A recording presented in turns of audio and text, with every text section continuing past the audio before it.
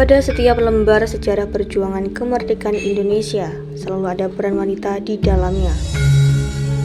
Salah satu wanita tersebut adalah Hajah Rangkayo Rasuna Said, seorang perempuan pemberani yang tak hanya berjuang untuk kemerdekaan Indonesia, tetapi juga berjuang demi keberdayaan perempuan. Hajah Rangkayo Rasuna Said lahir pada 14 September 1910 di Maninjau, Kabupaten Agam, Sumatera Barat. Ia berasal dari keluarga bangsawan Minangkabau, di mana ayahnya yang bernama Muhammad Said merupakan seorang saudagar Minangkabau sekaligus juga seorang aktivis. Pendidikan awal Rasuna Said dimulai sejak sekolah dasar, lalu berlanjut ke pesantren Ar-Rasyidiyah, di mana ia menjadi satu-satunya santri perempuan.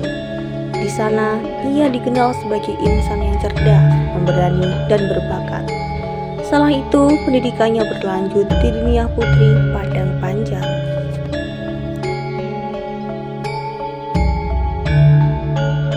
Rasuna Said merupakan sosok yang sangat memperhatikan pendidikan kaum perempuan. Hal tersebut dibuktikan dengan dirinya pernah menjadi guru di Diniyah Putri. Namun, pada tahun 1930, Rasuna Said memutuskan untuk berhenti mengajar karena ia berkeyakinan bahwa kemajuan kaum perempuan tak hanya dapat dicapai melalui pendidikan formal, namun juga melalui perjuangan politik. Rasuna Said memulai perjuangan politiknya dengan aktif di Sarekat Rakyat sebagai sekretaris cabang. Kemudian ia bergabung dengan Sumatera Tawalib dan bersama-sama mendirikan Persatuan Muslimin Indonesia pada tahun 1930. Tidak hanya terlibat dalam organisasi tersebut, Rasuna Said juga ikut mengajar di sekolah-sekolah yang didirikan oleh Permi. Bahkan, ia mengambil langkah lebih jauh dengan mendirikan sekolah Tawalib di Padang dan memimpin kursus putri serta kursus normal di Bukit Tinggi.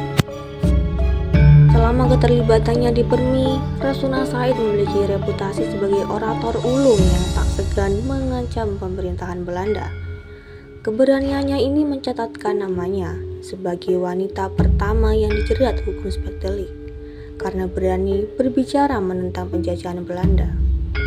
Pada tahun 1932, Rasuna Said bersama teman seperjuangannya, Rasima Ismail, ditangkap dan dipenjara di Semarang. Setelah bebas dari jeruji besi pada tahun 1935, Rasuna Said menjadi pemimpin redaksi majalah Raya di Sumatera Barat. Rasuna Said dikenal dengan tulisan-tulisannya yang tajam, sehingga majalah Raya pada saat itu dianggap radikal. Polisi rahasia Belanda berhasil mempersempit ruang geraknya sehingga Rasuna Said memilih pindah ke Medan, Sumatera Utara. Tahun 1937, Rasuna mendirikan perguruan putri di Medan dan juga menerbitkan majalah mingguan bernama Menara Poetry. Setelah kemerdekaan Indonesia, Rasuna Said aktif di Badan Penerangan Pemuda Indonesia dan Komite Nasional Indonesia. Ia kemudian duduk di kursi Dewan Perwakilan Sumatera, mewakili daerah Sumatera Barat. Setelah itu, ia menjadi anggota Dewan Perwakilan Rakyat Republik Indonesia Syarikat (DPR RIS) dan Dewan Pertimbangan Agung setelah dekret Presiden 5 Juli 1959 hingga akhir hayatnya. Hajah Rangkayo Rasuna Said adalah contoh teladan dari seorang wanita yang tak hanya memperjuangkan pendidikan dan kemajuan kaum perempuan, tetapi juga memainkan peran besar dalam memperjuangkan kemerdekaan Indonesia. Karena jasa-jasanya, ia sangat dihormati dan pada tahun 1974 diakui sebagai pahlawan nasional berdasarkan SK Presiden RI nomor 084 atau TK atau tahun 1974. Nama besar Rasuna Said akan selalu dikenang dan menjadi inspirasi bagi generasi penerus bangsa.